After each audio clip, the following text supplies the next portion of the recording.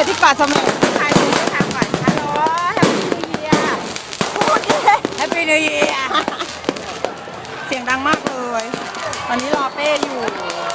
สวยมากเลยค่ะเดี๋ยวให้ดู